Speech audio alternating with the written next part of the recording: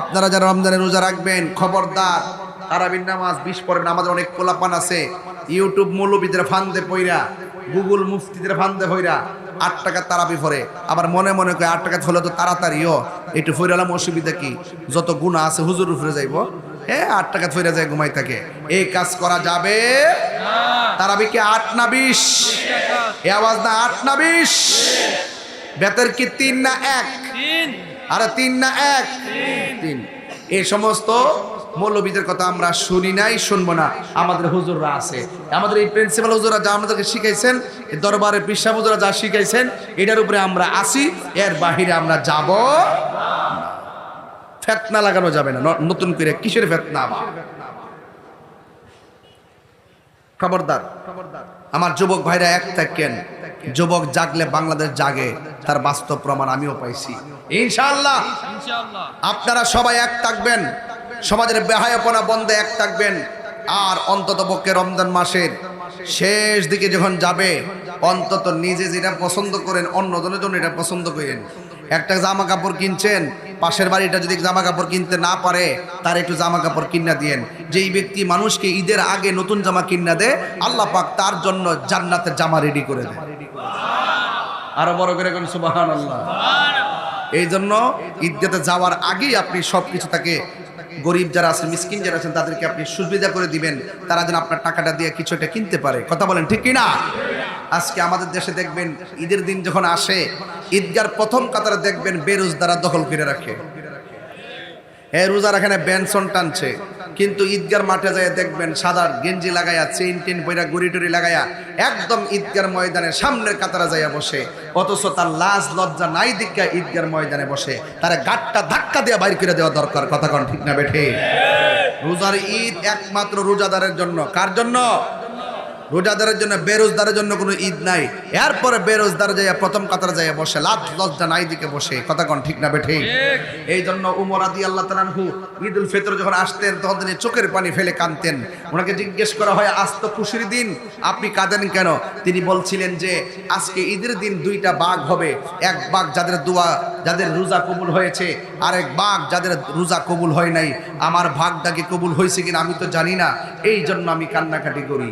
এই জন্য আপনারও ঈদগার ময়দানে যাওয়ার আগে কয়েকটা রাত অনেক গুরুত্বপূর্ণ। এর মধ্যে ঈদুল ফিতর রাতটা অনেক গুরুত্বপূর্ণ, ঈদুল আজহার রাত অনেক গুরুত্বপূর্ণ, ফজিলতপূর্ণ রাতের মধ্যে এই রাতগুলো অনেক গুরুত্বপূর্ণ। এই রাত্রে বেশি বেশি করে আপনারা বিভিন্ন গান টান না বাজাইয়া, আপনারা বিভিন্ন ধরনের উল্লাস না করিয়া, আপনারা ওই রাতের বেলা সুন্দর করে আবাদত করবেন। আবাদতের মাধ্যমে সকালবেলা সকাল সকাল ঘুম থেকে উঠে গোসল টোসল করে, কাপড় টোপড় পরে, সুগন্ধি লাগাইয়া আপনার ঈদগার ময়দানে যাবেন। যাওয়ার পর দেখবেন আল্লাহ পাক তার হাবিব বলতেছেন, যখন ঈদগার ময়দানে রাস্তা দিয়া যায়, ঈদগার মোড়ে মোড়ে ফেরেশতারা দাঁড়ায় থেকে এইভাবে হাত কইরা তার গুনাহগুলোকে হাতের মধ্যে নেওয়ার জন্য। সওয়াব আছে না নাই? আরো বড় করে আছে না নাই? এই জন্য আপনাদেরকে বলবো রমজান মাসে রোজা রাখতে হবে। আর আমার যুবকদেরকে বলবো, খবরদার, আমার দেশের মধ্যে হুজুর অনেক সময় জুদা হয়। জুদা না কি হয়? এটা কি বলে হুজুর? জুদা হইতে মানে আলাদা যে হয় সংসার, মা বাপ থেকে যে আলাদা হয়, আলাদা জুদা। ওই যে ওই ঘরে মেজো ছেলে, এই ঘরে ছোট ছেলে, আর মাটা থাকে এই টিনের ঘরে। ভিন্ন কয়, এই যে সুন্দর ভিন্ন কয়। এই মা থাকে আলগা করে। আর ঈদের প্রতিদিন রমজানের যে ইফতার খায়, সন্তান 8 প্রকার 9 প্রকার 10 প্রকার দিয়ে ইফতার খায়, আর মাটা জানালা দিয়ে তাকাই থাকে, ফানিটা লয়ে বইয়া থাকে। আরে ফুতরে ফুত, মনে করছে রোজা হয়ে যাবো নাকি? তা অতই সোজা। মা বাপরে কষ্ট দিয়া খানায় কাবায় গেল, কোনো লাভ হইতো না। ওই সন্তান ওই ঘরের ভিতরে 8 থেকে 10 প্রকার আইটেম দিয়ে খায়, আর মা এই ঘরের মধ্যে 1 গ্লাস পানি নিয়ে ইফতার করে। আল্লাহ সহ্য করতো না। এই জন্য অনুরোধ করে বলবো, মাকে নিয়ে সেহরি খাবা, মাকে নিয়ে ইফতার করবা। মার মনে কষ্ট দেওয়া যাবে না, মা বাবার মনে কষ্ট দেওয়া যাবে না, মা বাবার মনে কষ্ট দেওয়া যাবে না। মা যদি ইফতার বানায়, মাকে নিয়ে ইফতার করবা। তোমার স্ত্রী যদি ইফতার বানায়, স্ত্রীকে নিয়ে ইফতার করবা। ইফতারের মধ্যে যদি কোনো লবণ মরিচ কম হয় কোনোদিন মুখ খুলে বলবা না যেটা কম হয়েছে কেন, ধমক দিবা না। তোমাকে মনে রাখতে হবে সে ইফতার বানাইছে, সে ও রোজা হয়তো চেক করতে পারে নাই, একদিন একটু কম হয়ে গেছে, ধৈর্যের সাথে গ্রহণ করে নিতে হবে। রোজা হলো আত্মশুদ্ধির মাস, রোজা হলো মানবতার মাস, সিয়াম রমজান মাস হলো মানব কল্যাণের মাস। এই কল্যাণের মাধ্যমে ঘরকে আলোকিত করতে হবে, নিজের চরিত্রকে গঠন করতে হবে। কথা বলেন ঠিক না?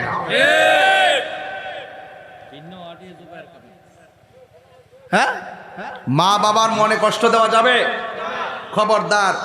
বাপ বাপরে রমজান মাসে, আরে বাপ তো এমন বাপ নিজের ফুরান পাঞ্জাবিরা বালিশে নিচে রাখতে ইস্তারি করে, আর পোলা পান্দিরে বাজার থেকে নতুন জামা কিনে আইনা দেয়। কথা কন ঠিক না বেঠি? অন্তত পক্ষে এই রমজান মাসটার মাধ্যমে মা বাবারে বুকে আগলায় ধইরা সুন্দর করে রমজান মাসটা পালন করবেন। আল্লাহ রাব্বুল আলামিন যেন আমাদের সকলকে রমজানের যে পবিত্রতা, এই পবিত্রতা রক্ষা করার তৌফিক দান করে। শুধু তাই নয়, মা বাবার খেদমত করার জন্য তৌফিক দান করে। তবে খবরদার, খবরদার, সুদ খাওয়া যাবে? খাওয়া যাবে? খবরদার, সুদ খাওয়া যাবে না, ঘুষ খাওয়া যাবে না, এবং মানুষের হক মেরে খাওয়া যাবে না। খবরদার, রাসূলুল্লাহর বিরুদ্ধে কথা বলা যাবে না, ওলি আল্লাহর মাজার ভাঙা যাবে না। ওলি আল্লাহর মাজারকে সুরক্ষা করতে হবে। হ্যাঁ, যদি কোনো মাজারে বেহায়াপনা হয়, উলঙ্গপনা হয়, অশ্লীলতা হয়, সেই কাজগুলোকে ঘৃণা করে প্রত্যাখ্যান করে প্রতিরোধ কমিটি গঠন করতে হবে। কথা বলেন ঠিক না বেঠে? আল্লাহ আমাদের সকলকে বোঝার তৌফিক দান করুন, জোরে আমিন। আসেন দাঁড়িয়ে নবীর সালাম দেয়া নবী সালাম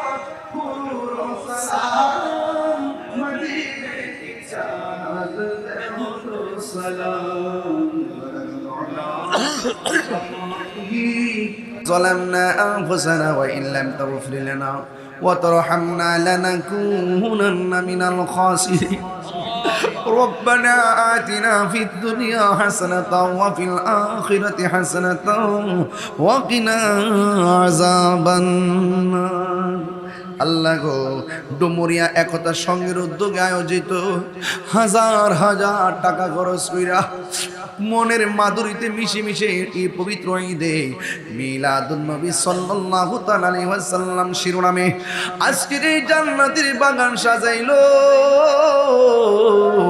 আল্লাহ যারা টাকা দিয়ে, পয়সা দিয়ে, জ্ঞান দিয়ে, শ্রম দিয়ে, বুদ্ধি দিয়ে এই জান্নাতের বাগান সাজাইছে, আল্লাহ সবার জীবনের গুনাহগুলি মাফ করে দে। আল্লাহ অনেক মানুষ দোয়া চাইছে, আল্লাহ জনাব মোহাম্মদ সুমন আহমদ সাহেব দোয়া চাইছেন, আল্লাহ আপনি কবুল আর মঞ্জুর করে নেন। জানি না কার জানে আব্বা নাই,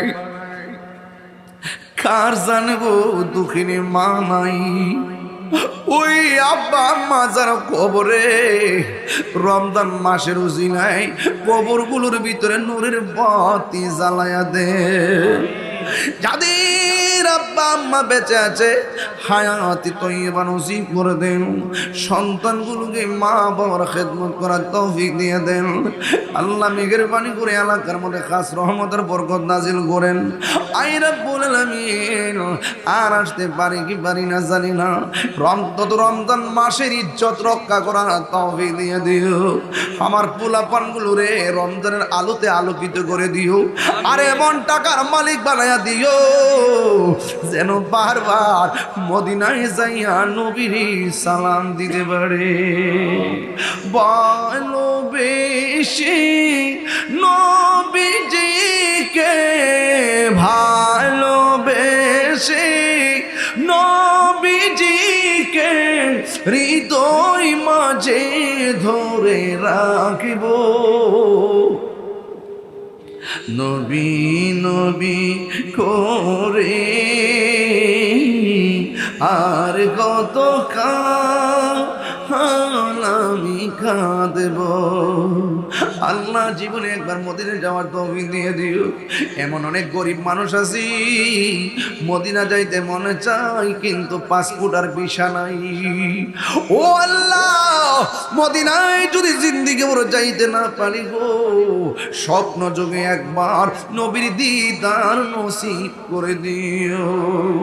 আল্লাহ পর্দার আড়ালে আমার মা বোনদেরকে আবেদা সালেহা মুমিনা তয়্যিবা কানিতা জাহিদা সাবিরা সাদিকা বানিয়ে দাও। রাবিয়া বসরি জিন্দেগানি নসিব করে দাও। আল্লাহ মেহেরবানি করে আমার যুবকগুলারে হুসাইনি তীরন্দাজ বানাইয়া দাও। রোগ বিমার থাকলে সেবা করে দাও। আল্লাহ একতা সঙ্গের প্রত্যেকটা যুবকদেরকে নেক হায়াত দান করে দাও। মাহফিল কমিটিরা যারা অক্লান্ত পরিশ্রম করেছেন আল্লাহ সবার খেদমত আপনি কবুল করে নেন।